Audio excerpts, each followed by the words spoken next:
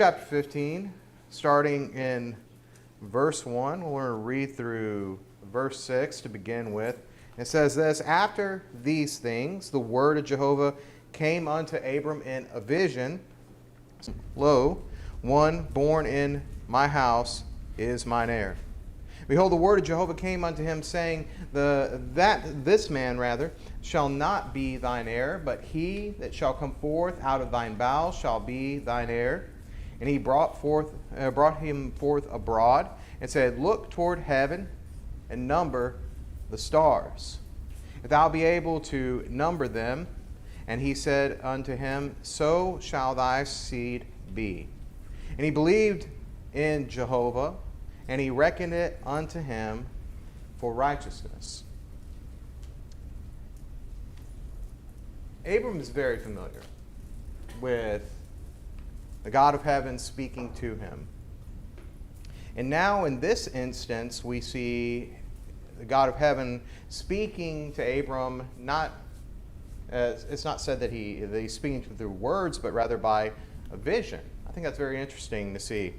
We would recall the words of the Hebrew writer in Hebrews 1 and verse 2 as well, talking about how the Lord spoke to our fathers in various sundry. He speaks here through a vision. And this key in on the words, I am thy shield. What a encouragement to Abram. When you think about what Abram has gone through, he's been through a lot.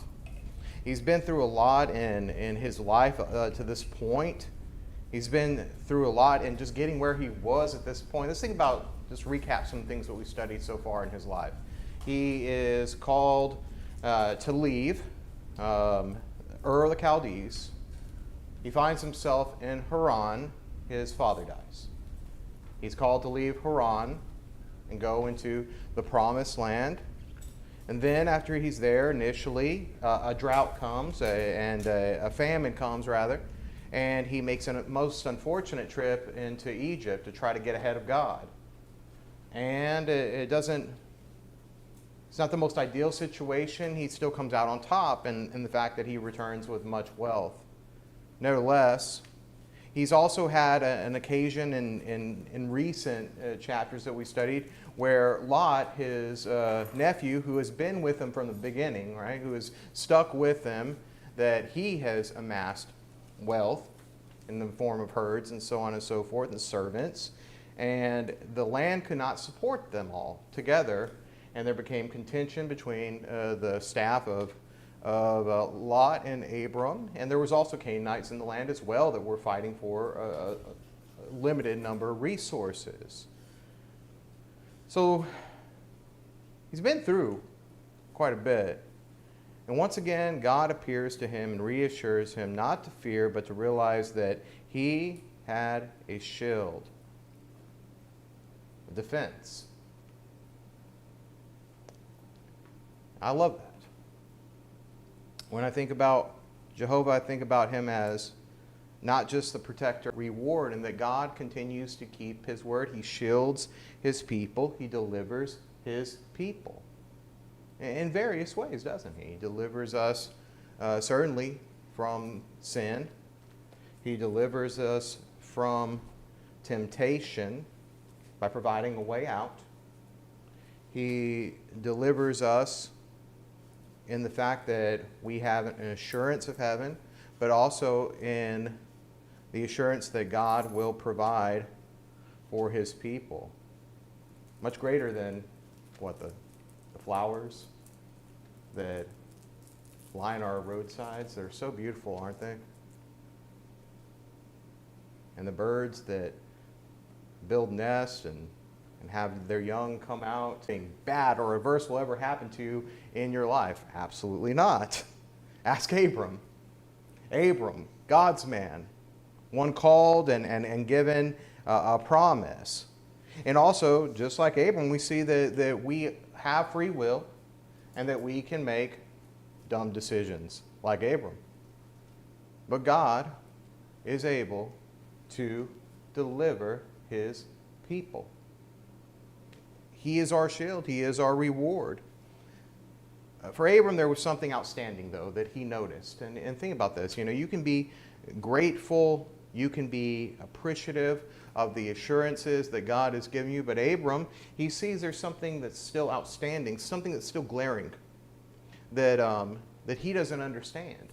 How it can be possible that God can keep his promises if this one thing isn't taken care of. He says, look, that's great, but Eliezer, an Aramean, from Damascus, a modern-day Syrian is what we would call that nation.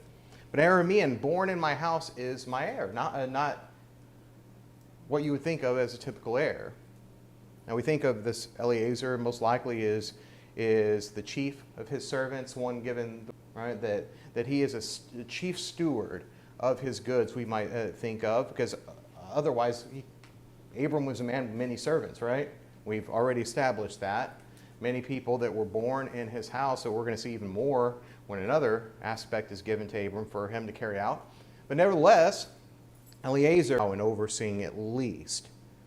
So when we think about this, Abram could not understand how it was possible for the God who is his shield, who is his provider, who's the one who cares about him, is able to carry out everything that he said he would do without doing this. His concern was how God can, if you would think this works out, and how God has set it up, that procreation must continue.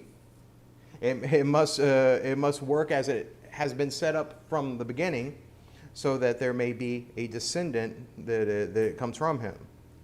Now his concern was this: how can God do this? Now, God had already previously promised, as I said in Genesis 13:16, that his seed would be as the dust of the earth, which is another way of saying too numerous to count. But not even one son had Abram. Abram, again, makes it this one. I think that should stick with Abram, considering what we will study later. No, not this one. And it's not going to be the other one that comes from Hagar. But it will be the one that God... Abram is over here in the fact that he takes him from where they are and shows him. He says, look, of your seed.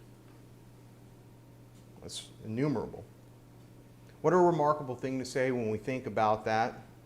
And all who are faithful, who do what Abram did, are his seed. And those that are faithful, that are in Jehovah, and he reckoned it to him for righteousness. Now, was this faith alone that made Abram righteous? Absolutely not. We would not even come to this point if we don't go back and look at how Abram even got to this point. Abram was told, while still in Ur of the Chaldees, still were sinned.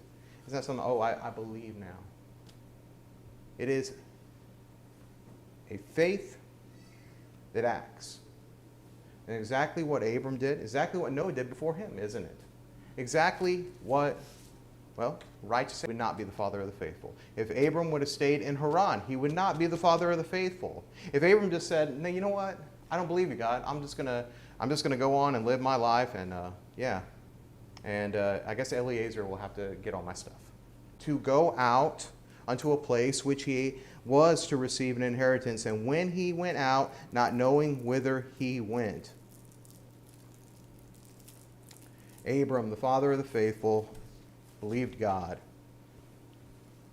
acted upon belief, and said unto him, I am Jehovah, that brought thee out of Ur of the Chaldees to give thee this land to inherit it.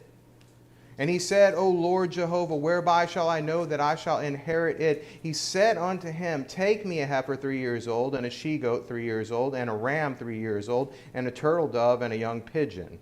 And he took all these, he divided them in the midst, and laid each half over the other, but the birds divided he not. The birds of prey came down upon the carcasses, and Abram drove them away. And then the sun was going down, A deep sleep fell upon Abram. Lo, a horror of great darkness fell upon him. And he said unto Abram, Know of a surety that thy seed shall be sojourners in a land that is not theirs. Shall serve them, and they shall afflict them 400 years. And also that nation whom they shall serve will I judge, and afterward shall they come out with great substance. But thou go to thy fathers in peace. Thou shalt be buried in a good old age, and in the fourth generation they shall come hither, from the iniquity of the Amorite is not yet full. And it came to pass, when the sun went down, and it was dark, behold, a smoking furnace and a flaming torch that passed between these pieces.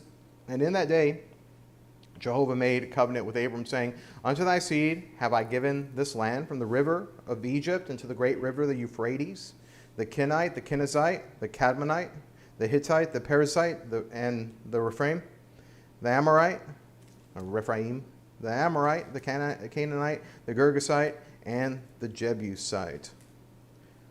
So here we see, once to Abram, now think about this. God has appeared to Abram over and over again, and he said similar promises over and over again.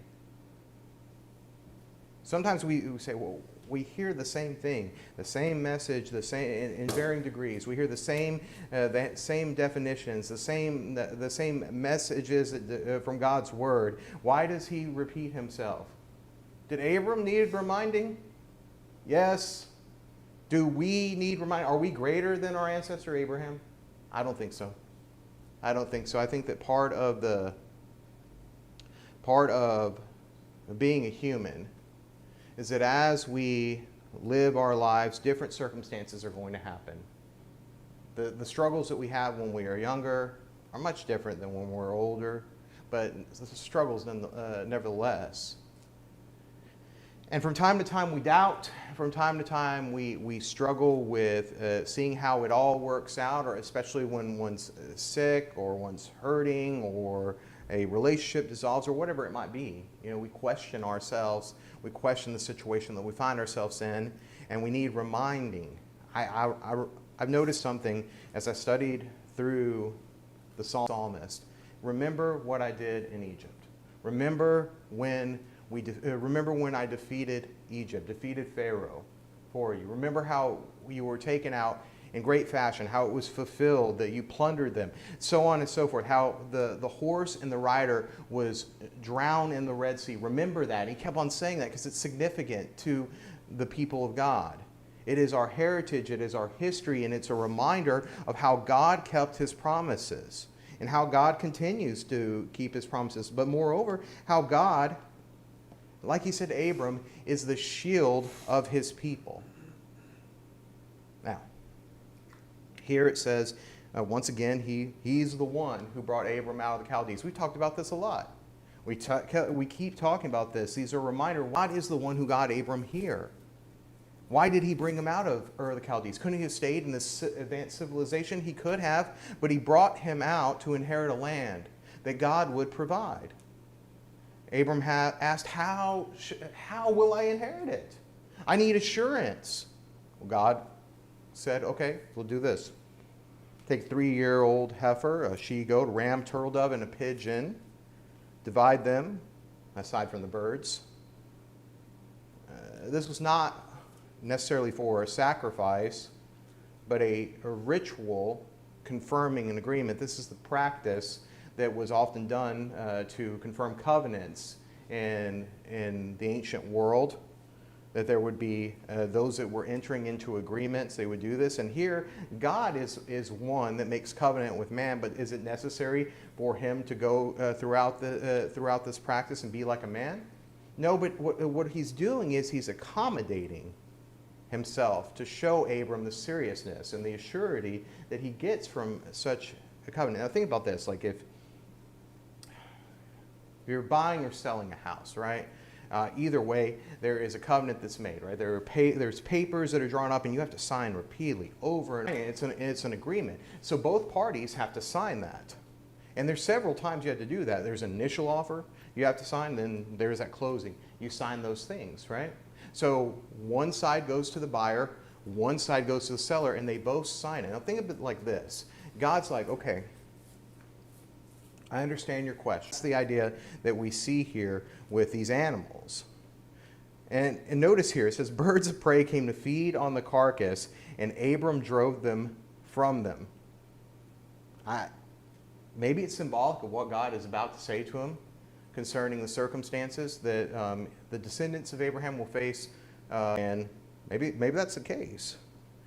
God showed him here some prophecies that would occur, that would happen to his descendants. They would become sojourners in a land not their own, and they would serve there 400 years. Let's look at Stephen's account in Acts chapter 7. So many great sermons in the Bible. We've recently been studying the Sermon on the Mount briefly, but an overview of the history of God's people. And I love how Stephen gives the details of this.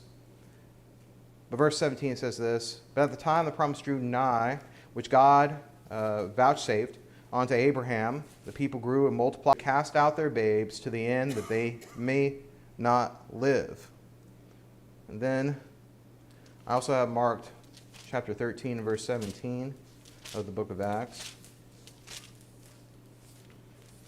where it says, "The God of this people is led them out forth from it." Exodus 12 and verse 40 tells us this as well. "Now the time that the children of Israel dwelt in Egypt was 430 years. The nation would judge and would be delivered with great substance." The idea that suggests that the Israelites spent 430 years in Egypt is presented in many popular books in the Old Testament.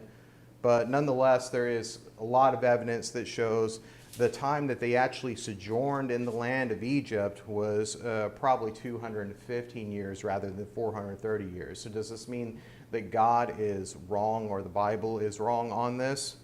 No. In fact, there's only one passage that mentions this sojourn of 430 years. We saw it repeated here, but it's from Exodus chapter 12, verses 40 and 41.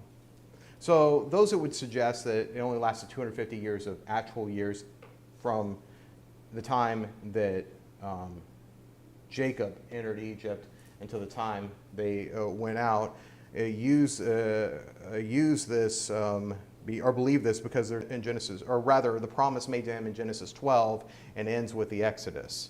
In other words, the fathers, Abraham, Isaac, and Jacob, lived in Canaan for 215 years, and their descendants lived in Egyptian bondage for an additional 215 years. That gives Paul, in his letter to the Galatians, reviewed the time element associated with the covenant between God given in Genesis 15 when he wrote Galatians 3:17. "And this I say, a covenant confirmed beforehand by God, the law which came 430 years after doth not annul, as to make the promise of none." From the Old Testament, or from the book of Genesis, they count it from the descent of Jacob into the land of Goshen. Was 215 years. And so the sojourn in Egypt from Jacob's arrival to Exodus lasted about Moses 430 years after this promise was made to Abraham, Exodus 12, verse 40. Many interpret this to mean that they sojourned in Egypt 430 years. They dwelt in tent, had no permanent habitation during the sojourn in Canaan, and Egypt in the wilderness from called in to unto the entrance into Canaan. As we see God making a prophecy that certainly comes true. Right, that his people will be in a land that is not their own. They will be enslaved, and they will be delivered by who? God, their shield, their protector. Now, God also foretold Abram's death, that he would endure these things, that he would go to his fathers in peace and be buried in a good old age, whatever that will turn out to be. Moses is later going to record this account in Genesis 25, verses 7 and 8. But God then reassures him that his descendants will return to the land promised to Abram. And I want you to appreciate what he says his intent on bringing judgment on the inhabitants of Canaan. That there is great wickedness that goes on there. There is great evil that is occurring, and it's going to come in smaller judgments beforehand. Think about what we'll see. And God also told them the boundaries of this future land that would belong to his descendants. The two rivers, the river of Egypt, being Nile, and the river Euphrates. Land was home to 10 tribes, which will be reduced to 7 by the time he gave their land as an inheritance for about 450 years. Now Israel did not come to possess this land fully. Now, if we were to look at the account in Joshua, we would see that there were some things left outstanding.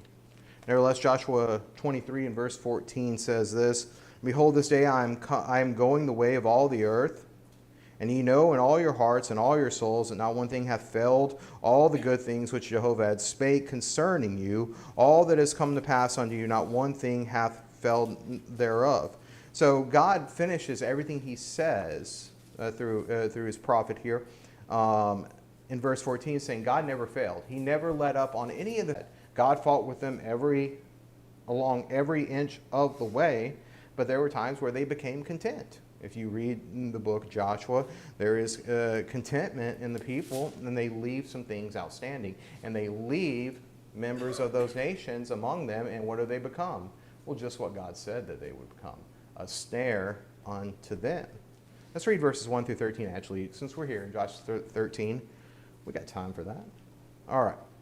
It came to pass, after many days, when Jehovah had given rest unto Israel from all their enemies round about, that Joshua was old and stricken in years. And Joshua called for Israel, for the elders, for the heads, for the judges, for their officers, and said unto them, I am an old man, well stricken in years, and you have seen all that Jehovah your God hath done unto all these nations because of you. For your tribes from the Jordan, and from all the nations that I have cut off, even unto the great sea toward the going down of the sun. Jehovah your God, will he thrust them out before you and drive them out from your sight, and you shall possess their land, as Jehovah spoke of the law of Moses, and ye turn not aside therefrom for the right hand or to the left, and that he come not among these nations, that they remain among you, neither make mention of the name of their gods, not because nor cause to swear by them, neither serve them, nor bow down yourselves unto them, but cleave unto Jehovah your God, as ye have done to this day. For Jehovah hath driven out all before you the great nations and strong. No man hath stood before you this day. One man of you shall chase 1,000, for Jehovah your God, he is he that fighteth for you, and he spake as he spake unto you. Take good heed, therefore, unto yourselves, that you love Jehovah your God. Else, if ye do speak, or if you do all go back and cleave unto the remnant of the nations, even these that remain among you, and make marriages with them, and that they shall become a snare and a trap unto you, a scourge for your sides, thorns in your eyes, until you perish from this ground, off this good land which Jehovah hath given you. The promise of the land. Don't stop here. Don't finish here. He said, but if you don't, and you let them in, you let them remain, they will intermarry with you, you will intermarry with them, they will be a snare to you, and you will be destroyed from this land. And you think about this, the Amorites, right? The wickedness, they're just representative of all the tribes, right? But nevertheless, all the types of people. The wickedness that was occurring in the land of Canaan was an affront to God. He hated it. He could not tolerate it. But also God's great long-suffering and his patience allows them to remain for a certain time.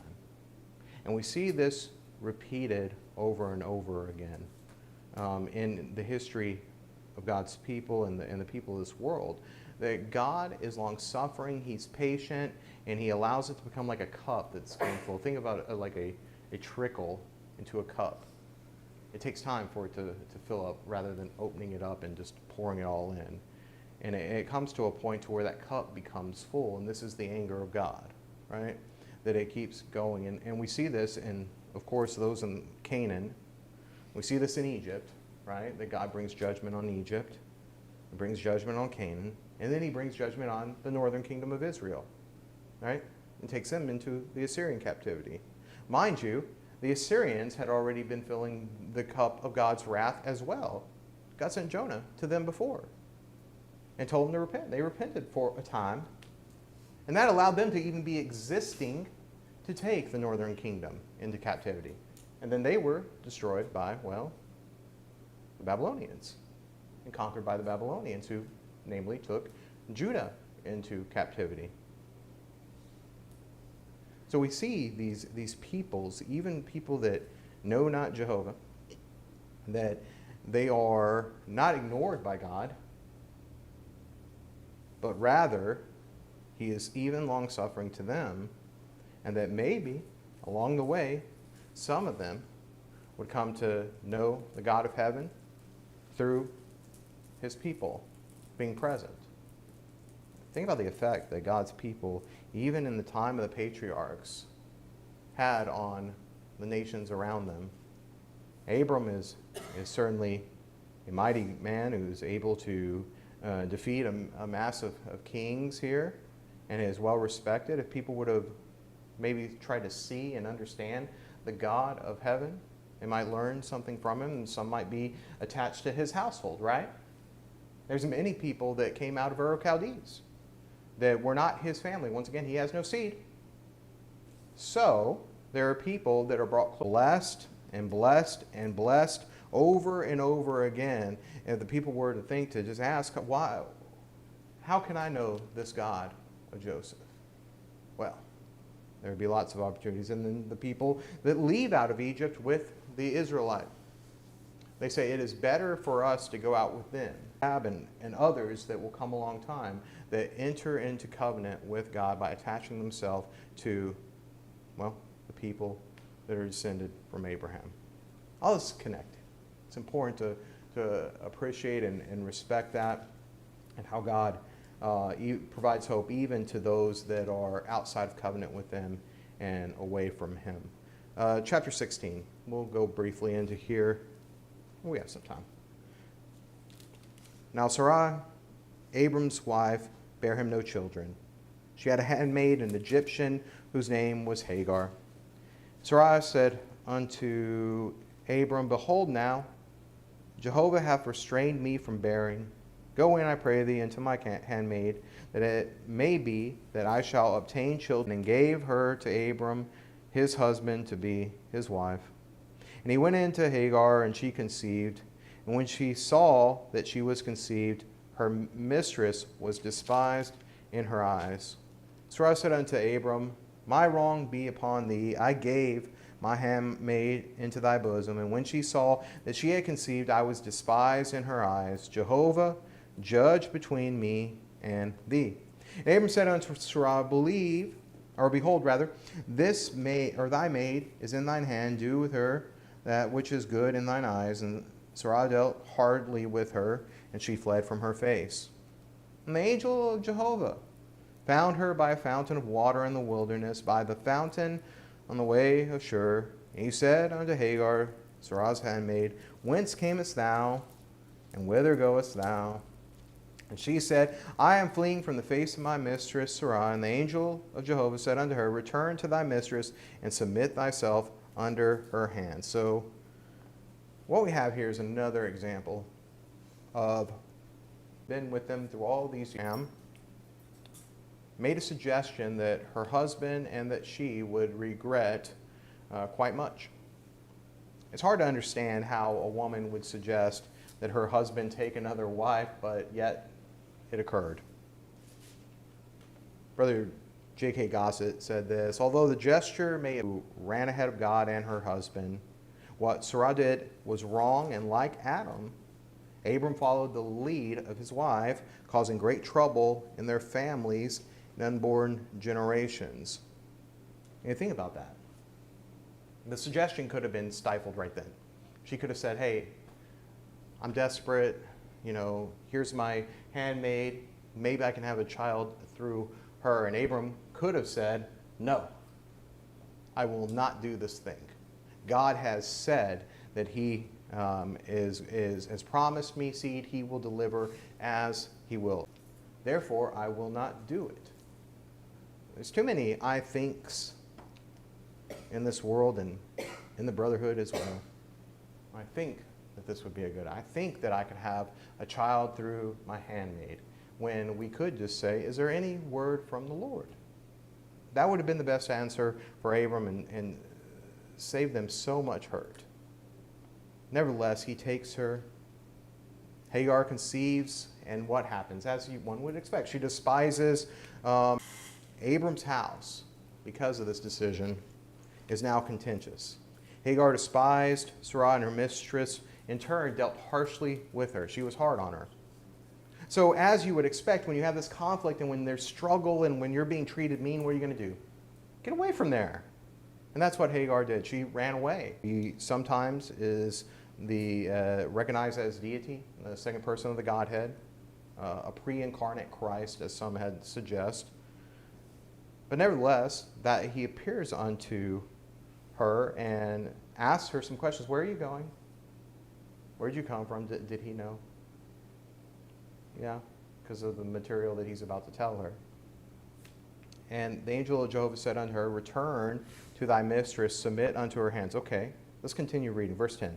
The angel of Jehovah said unto her, I will greatly multiply thy seed. It shall not be numbered for multitude. And the angel of Jehovah said unto her, behold, thou art with child, and thou shalt bear a son. Thou shalt call his name Ishmael, because Jehovah hath heard thy affliction. He shall be a wild donkey among men. His hand will be against every man, and every man's hand against him. He will dwell over against all his brethren. And she called the name of Jehovah that spoke unto her, thou art a God that seeth.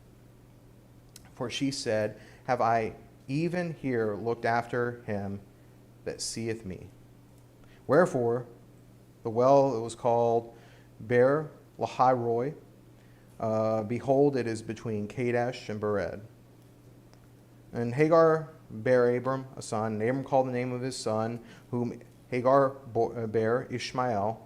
And Abram was 86 years old when Hagar bare Ishmael to Abram, the son that is going to be born. She's told she's pregnant. She will bear a son. The Lord also notes here that he foresaw the type of man that he would become and his descendants would be. They'd be troublesome, such as the nature of this relationship that is going on now, right? Between the master and her servant. Well, the traits of a wild donkey. Donkeys are mean. I imagine wild ones are meaner. Nevertheless, a hand against every man. Every man's hand will be against him. He just can't get along with anyone. Opposition to all his brethren was actively evident in Ishmael. Joseph will be sold to a band of Ishmaelites, and they will be taken and turned into Egyptians. Some brotherly love, right? Still, the overwhelming culture of the Arabs that have descended from them function in such a way many times. Hagar acknowledges that God saw her. This must have convinced her that the God of Abram was the God. He saw her affliction. Ishmael was born. Abram was 86 years old, mind you. He is not. Although Abram experienced many problems because of the birth of Ishmael, nevertheless, we will see evidence that he still loved him. He still had an interest in him. And moreover, what we see from this scenario is that the God of heaven even had interest in Hagar and Ishmael. And we'll show this again. Nevertheless, the blessing of just being associated with Abram is continued here. Even though it's not through the terms that God was interested or that God gave, God still blessed Hagar in this just because she was associated with Abram, and this child was a descendant of Abram. Nevertheless, it did not take away the consequences of this foolish action, and it should never have been such. And it has caused great heartache for the people of God and the descendants of Ishmael from now until the foreseeable future. Let's close with a word of prayer. Our Father God, you are a holy and a righteous God. We thank you for your long suffering. We thank you for your loving kindness that you exhibit even to those that know you not. That there are general blessings in this world that you shower upon without favor or without necessary bias, but that we know that true spiritual blessings, that all spiritual blessings are in Christ Jesus. We pray that as we take the things that we study this morning, that we remember how important it is to know you and to trust you as our shield, as our defender, as our protector. Amen. Thank you very much for your good attention this morning.